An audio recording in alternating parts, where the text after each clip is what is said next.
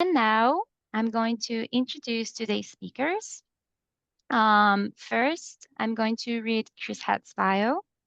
So, Chris Head is Regional Director for the UK and Ireland at Arrive, where he oversees the market-leading Ringo app. He has spent the past 9 years in the parking and mobility sector, working with cities, operators, and industry partners to make parking simpler and smarter. Chris has been closely involved in promoting the UK's national parking platform and will share his perspective on how open market models benefit both drivers and cities. Now I'm going to introduce Madison Huemmer. Madison Huemmer has over a decade of mobility experience. Her mobility background covers both purchasing and technology. She co-founded the CMPA mentorship program and is current co-chair for IPMIS Allyship and Equity Advisory Group. Mrs. Huemmer holds a Bachelor of Arts from the University of California, Santa Cruz, and has been awarded the NPA 40 Under 40 Award. Madison is the head of market transformation at Park Mobile. So, with this all said, please give a warm welcome to our speakers. You can react on Zoom with an applause. And I'm going to stop sharing and Arrive. We're all ears. Perfect. Thank you, Paula, and thank you, Parking Reform Network, for having us this morning for me. Late afternoon for Chris, as he is in the UK. So my name is Madison Huemmer, and my pronouns are she, her. I am head of market transformation at Arrive. Arrive is our global brand name, and our US and Canadian brand name is Park Mobile. With me is Chris Head. He is Arrive's regional director for the UK and Ireland. His pronouns are he, him. You may hear him to refer to Arrive's brand name in the UK, which is Ringo. We both work for Arrive, which is a global mobility company spanning over 90 countries and delivering products for parking and transportation departments. Our products help you and your loved ones arrive easily at your destination. But today, we are not here to talk about a product. Instead, we are going to introduce you to the concept of open market, specifically in the parking industry. To do that, though, we need to talk about the typical journey that a city has made when they are transitioning to paid parking on the curb on street. First, here we have free, unregulated parking. No signs telling you when and where and how to park. Many rural North American cities are still here in this place. Next, a city would post signage, create ordinances defining how and when you can park. Then we move into what we call monetization. In the past, municipalities who want to move to paid parking have typically gone with just one vendor, usually a meter, but now we're seeing many cities go to just one app instead of one meter, but still just one vendor, one choice. Then we get into the multi-vendor realm. This is where a city utilizes a combination of multiple apps and meter companies. And then lastly, on the far right, we have open market, the parking utopia. This is where a city utilizes a combination of multiple apps and meter companies. And you give the choice to the consumer on which app they'd like to use, with meters placed strategically by the city as needed to support equity and cash acceptance. So Tony gave you a little preview in the chat, right? How many apps do you have on your phone? And that's exactly why we're talking about open market. On your screen, you see a common complaint we hear in parking departments, city council meetings, and frankly, our everyday lives around the dinner table. It seems like every time I visit a new city or town, I need to download a new app, another app, a fourth app, a fifth app, a sixth app. So what's the answer to this complaint? The answer is open market. With open market, you allow qualified apps to compete as long as they meet a minimum requirement list laid out by the city. And then those apps compete on an ongoing basis, not just every 5 to 7 years. The easier that you make it for the parker to park, pay, and get on their way, the more parkers will comply with your posted signage. The more revenue the city is going to bring in, and frankly, everyone is happier.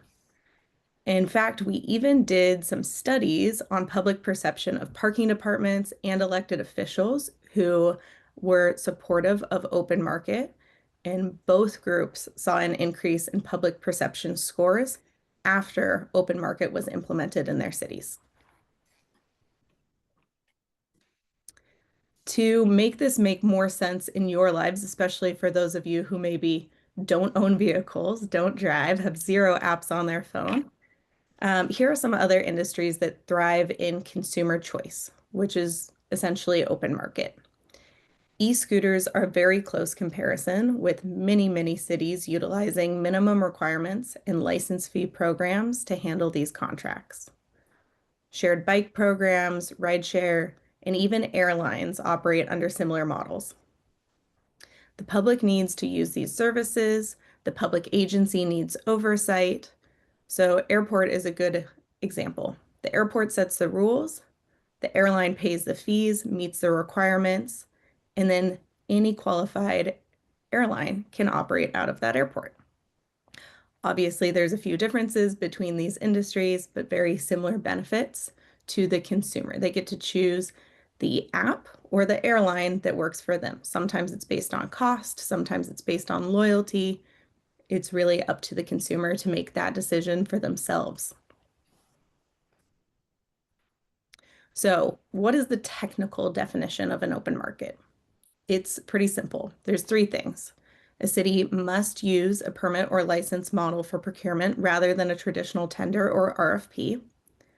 A city must allow for unrestricted EUF fees, but the city must define the hourly or daily rate, and multiple apps must be available in that city. Now, to discuss the benefits for a little bit, I could spend probably an hour, two, three talking about the benefits, but we'll just hit on a few of them. So, starting with users, users get to use their preferred app wherever they go. In many cases, we see a low cost or even free application enter the market in that city when open market is adopted. Under open market, the consumer is empowered to use the app that they need in that moment. Maybe for me, it's an app with um, that I already have downloaded. Maybe for someone else, it's an app that has native Spanish language capabilities.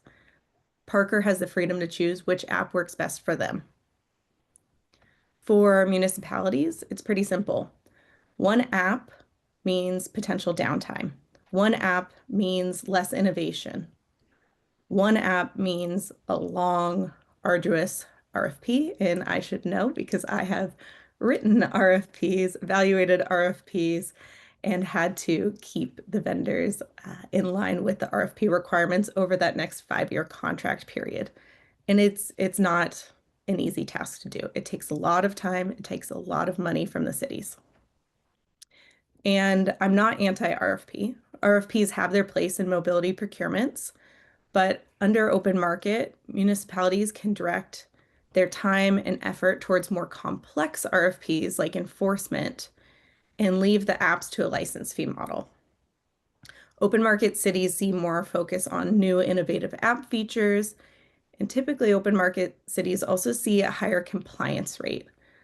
That allows cities to lead with the carrot instead of the stick, right?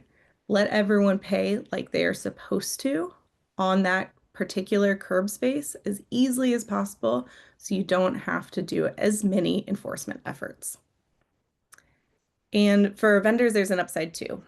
It is easier for vendors to enter new markets, meaning they can grow their business faster with a caveat, as long as they are building a good product.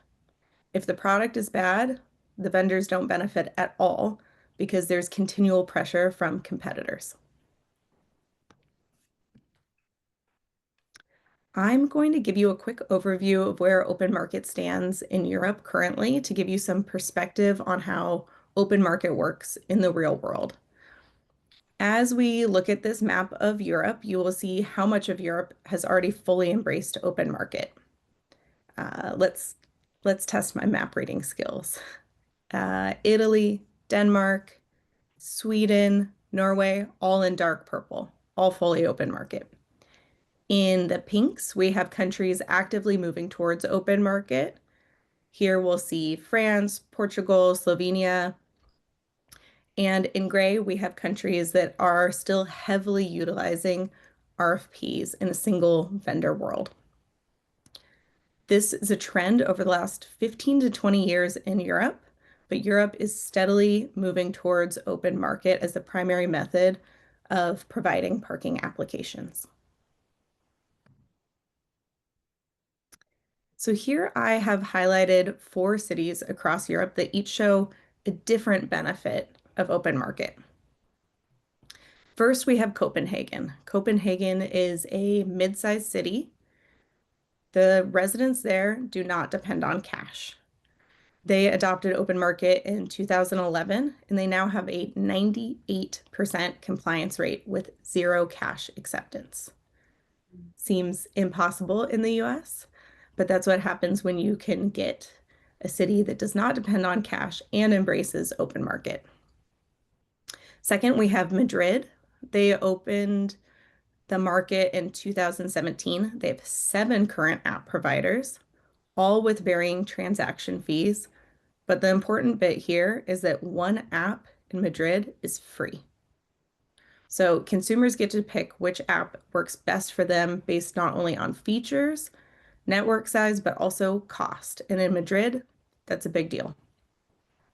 Third, we have Valencia. Valencia adopted open market in 2022. And by moving from 1 provider to 3, they increased the city's parking revenue by 33%, all by making it simpler for parkers to know how to follow the rules. Lastly, we have Milan.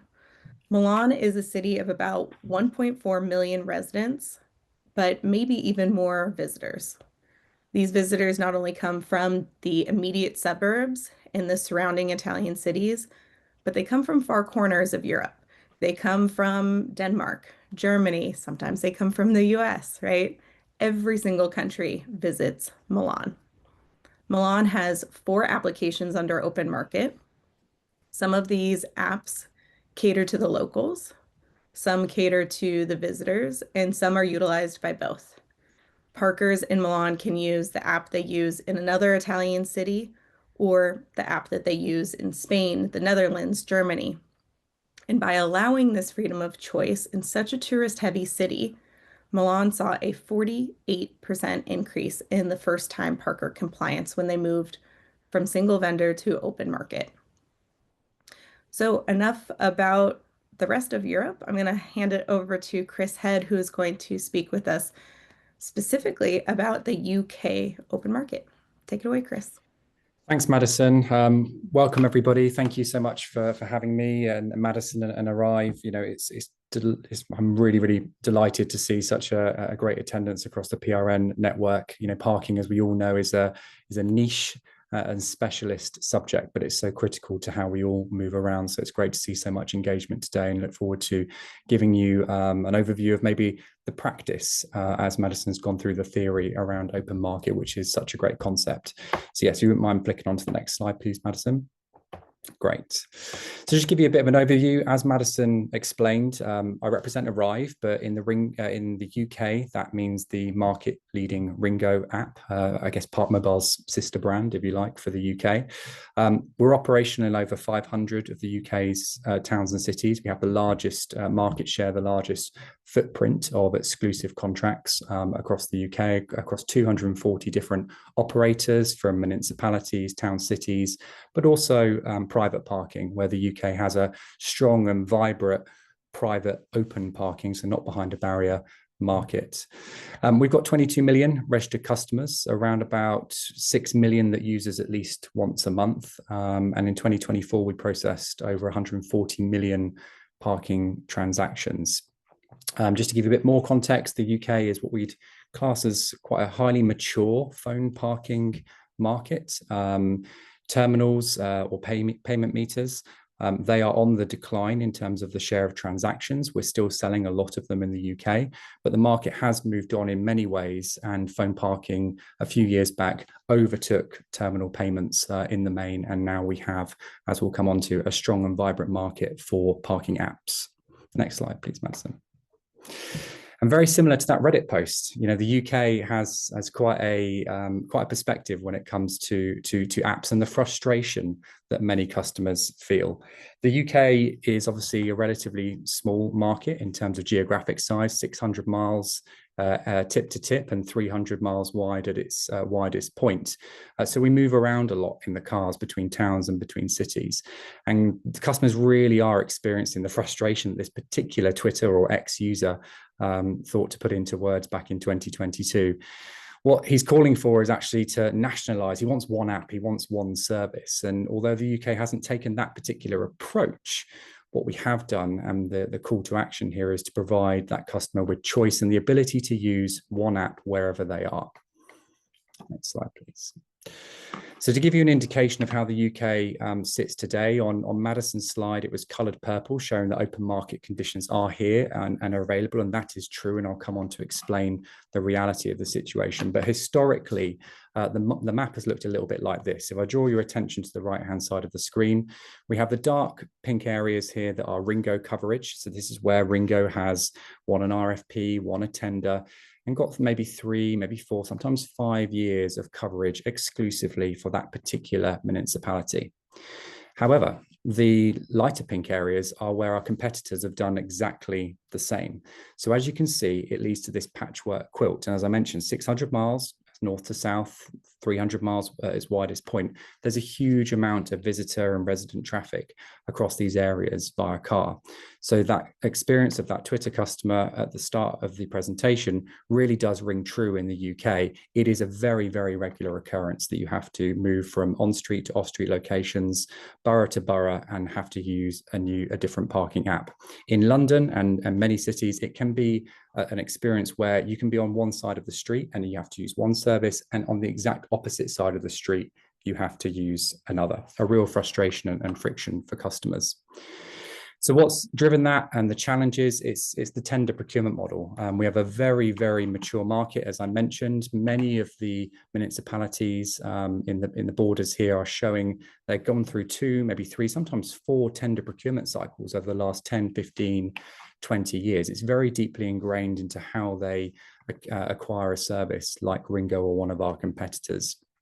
But their choice, their decision to go out and choose one of us, means that it's friction and frustration for their residents and in many cases the visitors, particularly for areas with high tourism on the southwest or some of the major beach areas on the south. And yes, we do have some nice beaches here in the UK when the weather's nice, one day a year. So that patchwork quilt makes it really difficult for service providers like Ringo to innovate at scale, and for doing things like marketing to customers, because we've got users in different parts of the country and no sort of blanket coverage and ability to deliver features at scale. So that's what the National Parking Platform is designed to fix. So that call out from that Twitter customer to say, hey, I want to be able to use the service that I choose wherever I am in the UK. The UK government listened and decided to create a national parking platform. So the open market is, I guess, the legal construct. You can have an open market without a national parking platform. But in this case, the technology to deliver an open market is being pushed forward by the NPP. And what it does is essentially is a piece of technology operating in the background. Consumers, customers, drivers don't really need to know that it's ever there. But what it's enabling is all those service providers you can see on the left-hand side, and hopefully many more in the future, to offer their services everywhere across the country. It offers market access. You know, one integration opens every single participating municipality. It enables commercial freedom for service providers to set their own models, one of those kind of key enablers that Madison alluded to for open market. They can differentiate themselves on price, but more often or not, the quality of the service that they are delivering. It lowers the barriers, avoids these kind of costly lock-ins that we see municipalities taking, and having to effectively incur all the costs of reprocuring via RFP every 2, 3, sometimes 5 years. So this is now live in 10 municipalities across the UK and is expanding rapidly throughout the remainder of this year. We've actually had a go live, a new go live just today in London, which is really exciting. And you can see here on the right-hand side, real examples in the field, Liverpool City Council there showing the choice and the payment by app under one single location code. I think signage is a really important part of this. Of course, this is all about consumers and creating the awareness of choice. And just to give you an indication of where the UK market will eventually move to, if you go to Amsterdam, not one of the cities that Madison featured, but if you were to go to Amsterdam today, what you will see is no logos on signs, no advertisement of any particular app. You will simply see an icon that shows a mobile phone and a location code. That's ingrained in the consumer psyche in Amsterdam and across the Netherlands, that when you see that icon, it means get out your favorite app, whichever one you choose. There's more than 10 actually available in Amsterdam. The UK is going to adopt the exact same approach. And the logo that you see on the bottom right-hand side of the screen here, that will become the iconography that becomes synonymous with choice and customers choosing the service that they want. So we'll move away from that position you saw on the previous slide, where all the logos were advertised, and that actually makes it really scalable and helps new entrants come into the market. It creates awareness of choice and offers that support to customers with things like a free telephone line that's available to identify which apps are available at that location and direct the customers to a interactive voice response line in case, for example, they don't have a smartphone and don't wish to use an app. Next slide, please. So as I said, there's 10 authorities or 10 municipalities using this in the UK today, but it's already been a massive success. And so many authorities are now lining up to join the national parking platform and the open market as a result. There's nearly 600 locations, so that's individual car parks on street, off street, that are currently now offering this model across the country.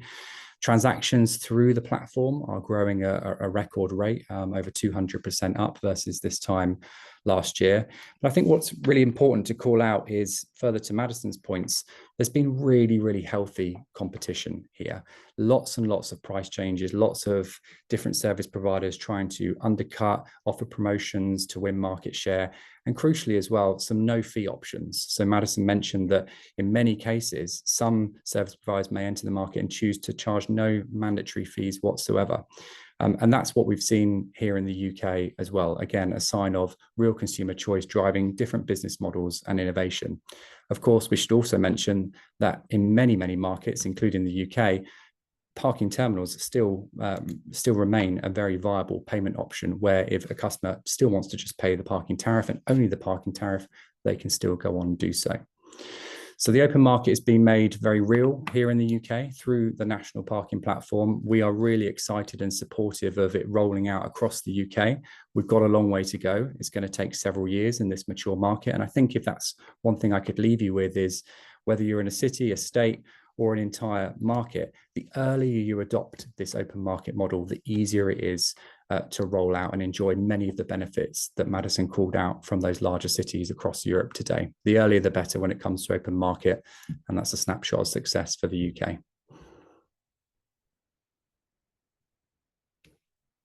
Thank you, Chris. With that, I'd like to hand it over to Tony to open up the Q&A period. Hello, everybody. Let me just get myself set up here. Hey, thanks for your presentations, and thanks for all the folks who joined us today.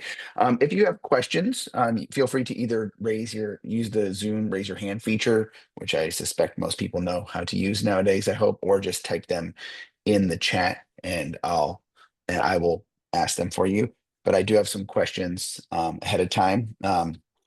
I have been in communication with these folks about this kind of technology. I got to go on a little trip and learn about it, and so I have some insight.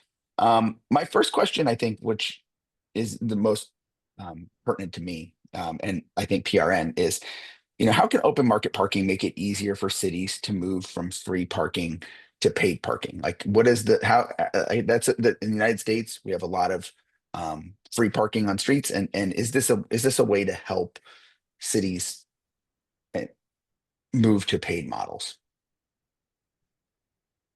Sure, I can take that one. I think there's a lot to unpack there, but one of the biggest things that this would be solving for is the time it takes to move through a parking procurement.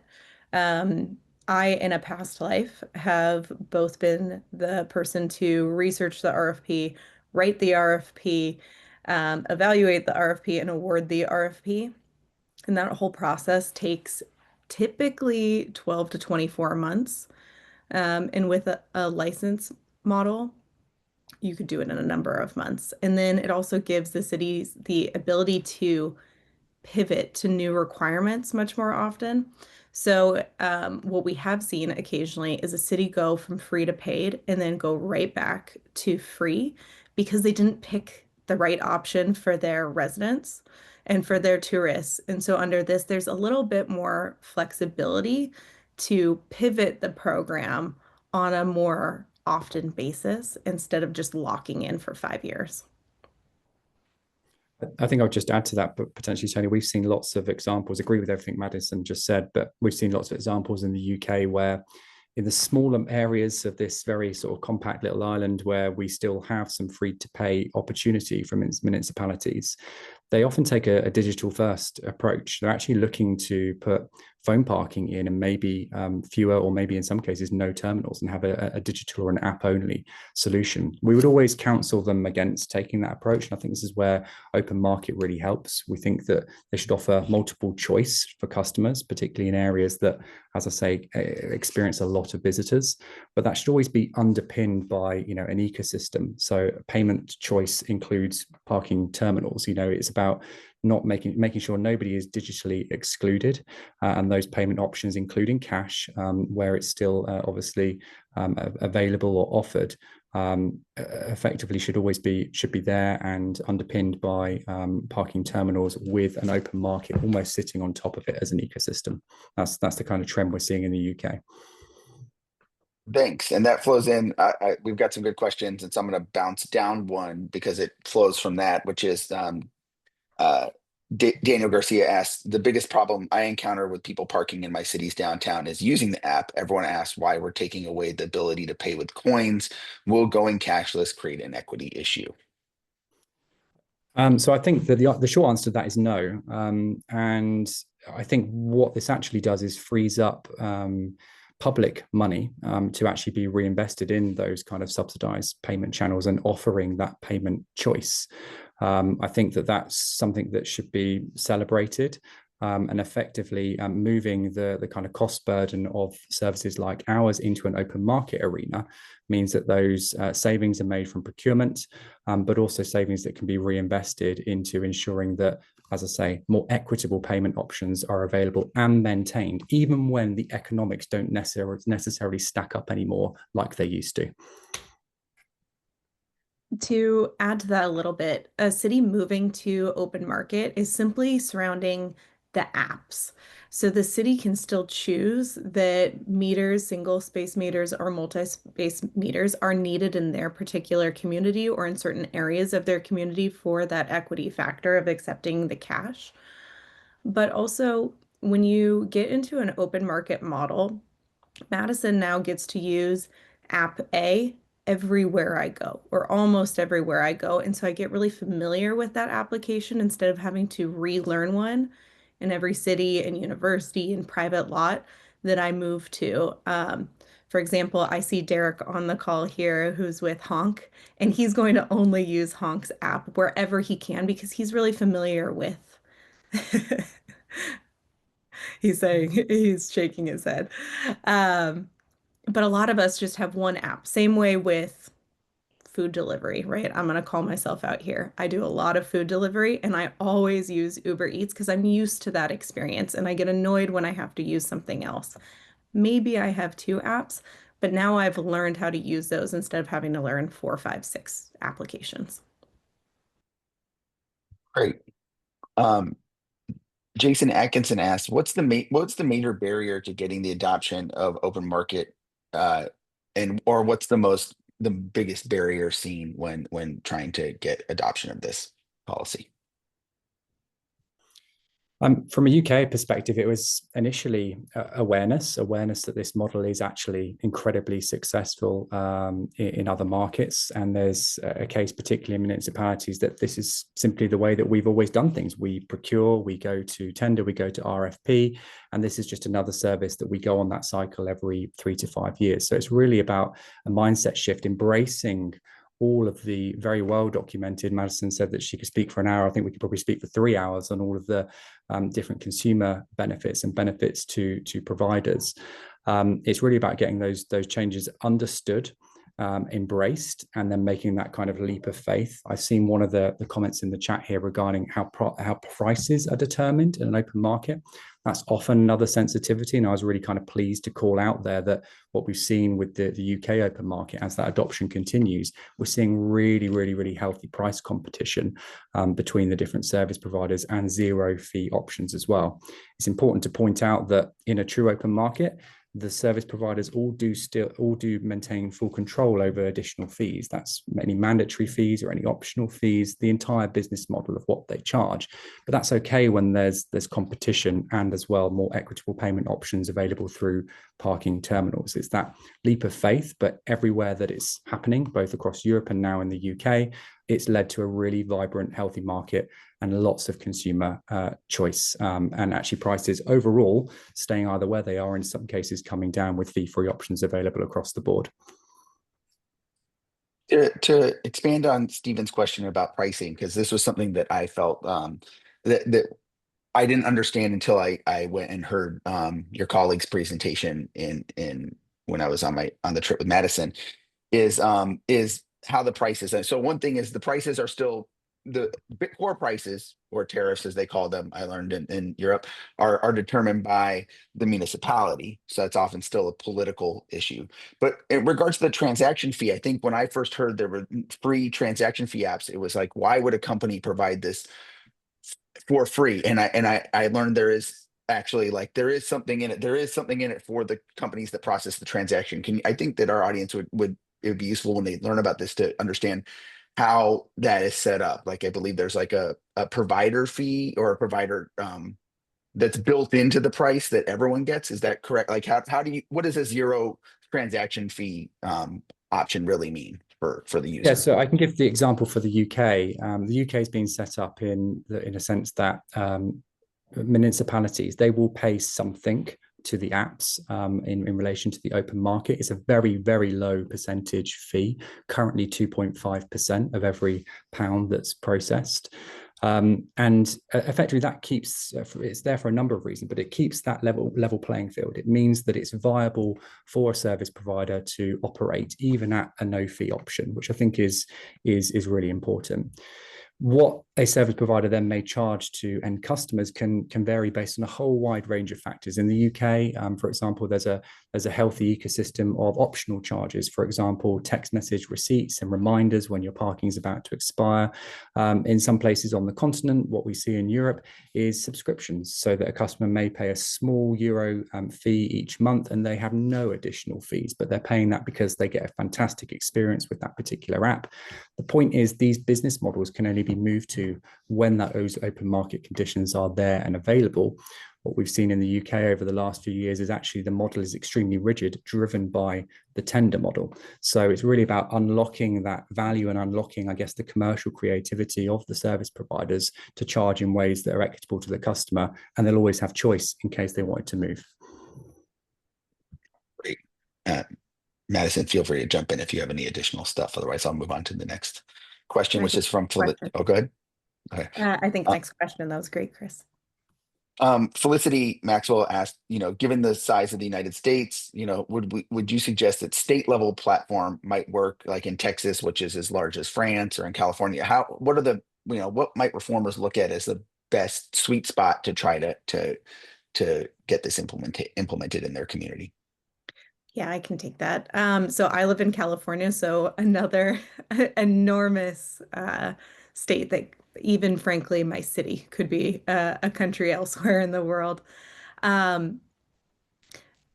we may see some state platforms open up. The problem is really getting funding and effort put behind a platform. So Chris can talk a little bit about actually how the UK's journey has gone from public back to private.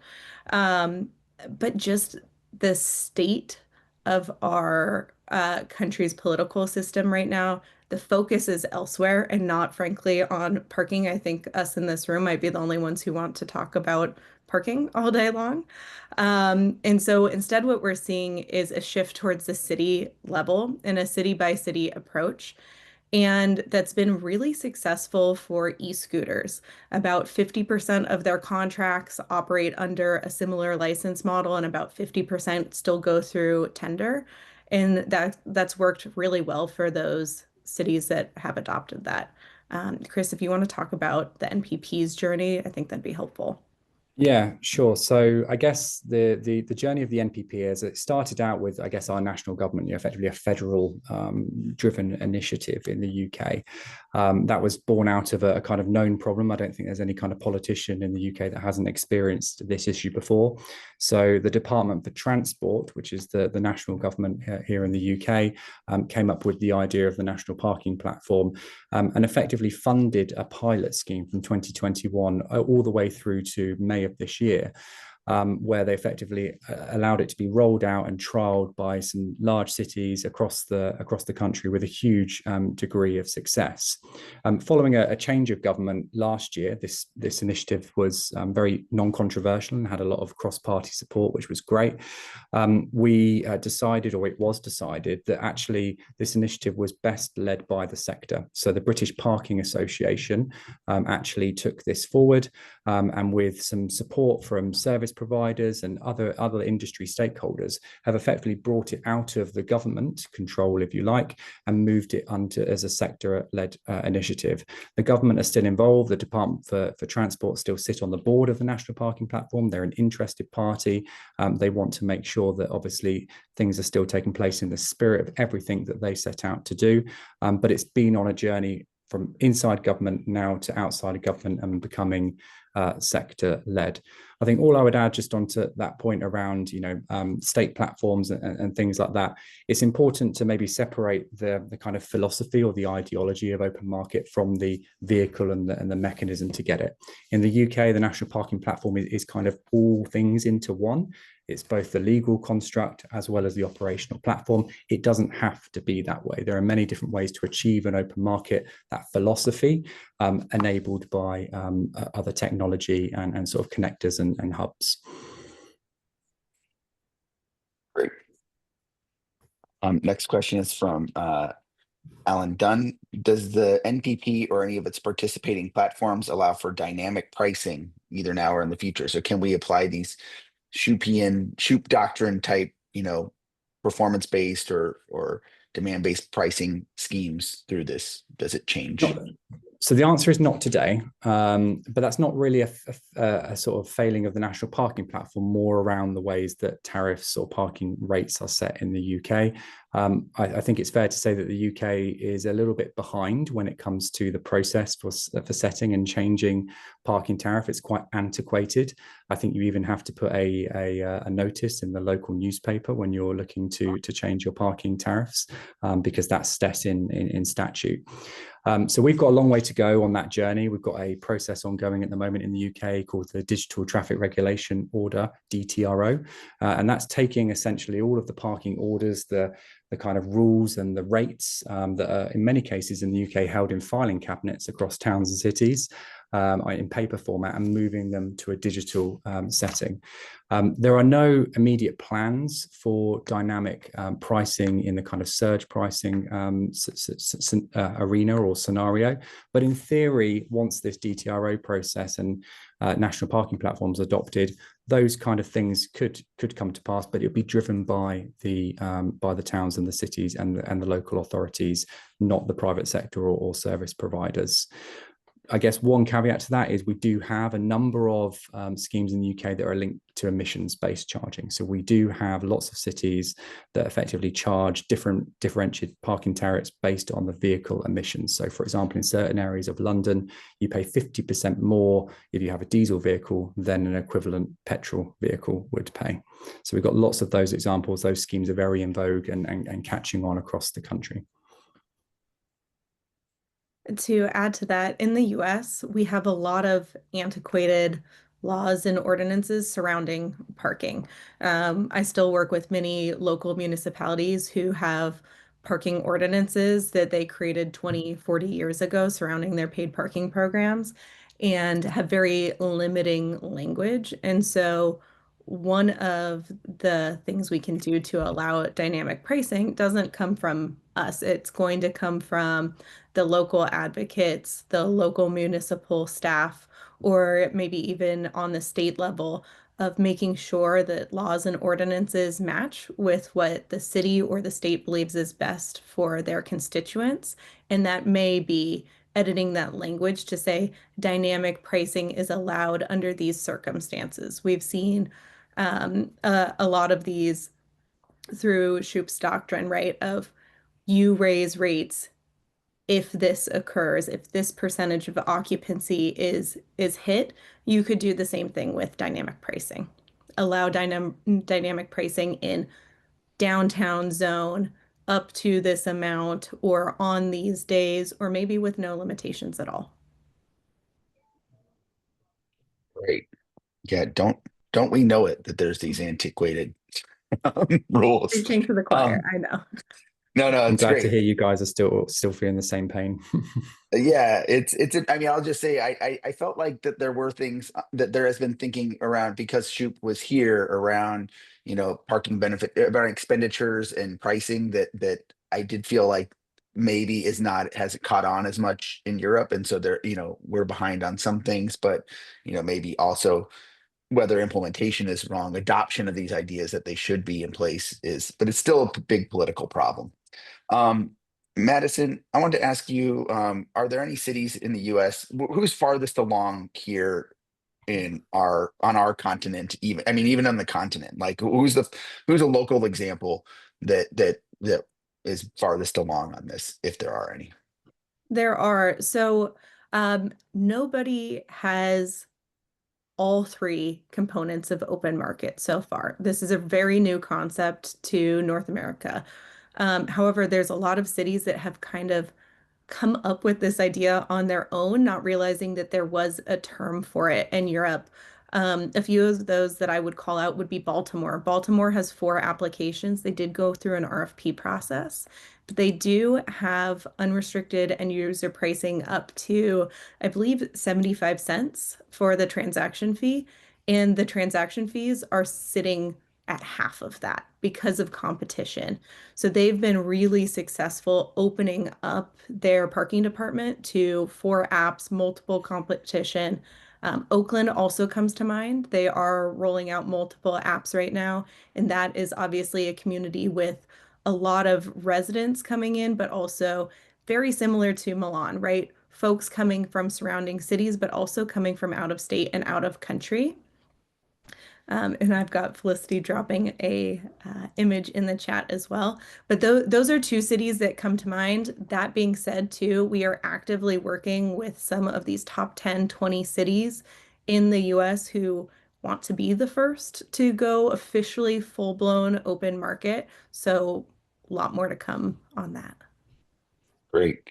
I want to on your where you mentioned previously that there was the uh around legislation or things. I shared a link in the chat that we did work with CAMB, and we had some feedback from you guys on a parking benefit districts model state legislation, which also largely the focus of this is just to give cities flexibility to manage their curbs as best as they see fit. We have noticed that in some states there are restrictions onto what they can do. And so I think that this is a resource for folks that are at the statewide level or that want to make sure that their city attorneys don't freak out when they propose something. This is our answer to that. how does open market parking, open market system work with automated parking charging by reading license plates, automatic LPR enforcement, or charging or geolocation technology? I think I'm getting the gist of this question as we advance, where maybe your car knows where it is and knows what zone it is. Is there a need to choose a different app to pay, or how does that work out? So I would suggest that it is fully compatible with more sort of ANPR or license plate recognition. I think what we've seen in the UK is, for example, when one city, Coventry City Council, which is near Birmingham, they adopted an open market position from having one service provider. They then had 5. They saw a 50% increase in the number of transactions that were going through apps. And what that also means is a 50% uplift in the number of digital transactions that have a license plate attached to them. And that really does help along that journey to more, as I say, use of license plates and ANPR. We are not allowed in the UK by law, municipalities, to use fully ANPR enforcement. It can be ANPR assisted, but at the end of the day, someone has to get out of a vehicle and put a big yellow envelope on your windscreen in order to issue you a fine. But what will drive a change in that legislation, for example, is increased digital adoption. And with digital adoption also comes more data, and more data means better policy making. So today there are lots and lots of transaction blind spots for municipalities, and open market is a real enabler on that digital adoption curve, which puts more information in the hands of policymakers to make more informed policy. Something that I think when we speak about open market is often misunderstood is there's still a small, but a very much there minimum list of requirements that the city, or if it's on a state level, would put out that every provider needs to meet in order to operate in the city. It's going to be very baseline things. Make sure that they are PCI compliant, but also that they integrate to the enforcement tool that the city has, whether or not that's a handheld or LPR. Here in the States varies by state what we allow. And even then, sometimes within the states, you'll see different viewpoints on using LPR, typically based on maybe how they used LPR 10, 15 years ago. We're still kind of working through those issues here. But that integration would be paramount. Every single app provider would need to integrate with the enforcement provider to be able to get a space on signage. Great. Well, thanks. We went a little over time, but I think that was fine. We had some great questions, and I think this is super exciting. I'm going to ask Paolo to come back up and do some wrap up here. And Paolo, if you turn your screen on, I will spotlight you. So I want to thank you both for this delightful presentation um, and your information here. And I'll hand it back to Paolo. Thank you so much, Tony. Well, yeah, I just want to officially wrap up today's event. So I want to thank Chris Head and Madison and Arrive for being here. It truly was a very delightful presentation with very important and interesting information I wasn't aware at all about everything with open market. So thank you so much for being here today. And I encourage everyone to say goodbye while we close the session, and have a great day and night, depending on your time zone. So thank you so much. Bye bye, everyone. Thanks, Thank everyone. you. Thanks, everyone. Thank you.